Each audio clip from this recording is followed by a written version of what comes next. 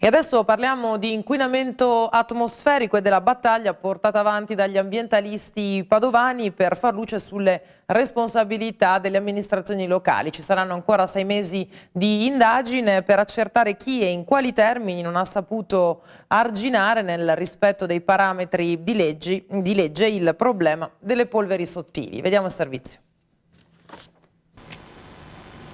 Si tratta della salute e questo principio non si tocca, lo dice Maria Grazia Lucchiari, referente dell'Associazione per i diritti di utenti e consumatori, che tiene duro sul caso smog, la bufera di polveri sottili che si è riversata su 14 illustrissimi della politica nostrana, tra cui Zaia, Galan, Zanonato, Ladegani.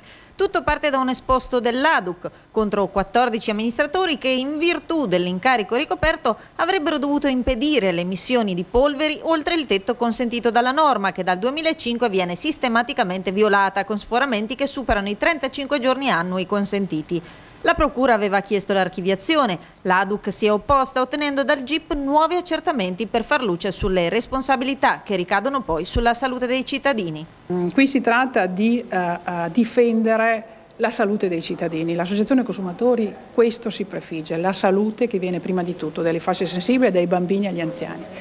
E questo aspetto lo abbiamo evidenziato in dei provvedimenti che secondo noi non sono stati adottati dal Comune di Padova, dalla provincia di Padova e dai 103 comuni della provincia di Padova. Sono osservazioni che abbiamo posto all'organo garante dei cittadini, che è la magistratura, quella che ci tutela e che applica e ci tutela nel rispetto delle norme, della legge.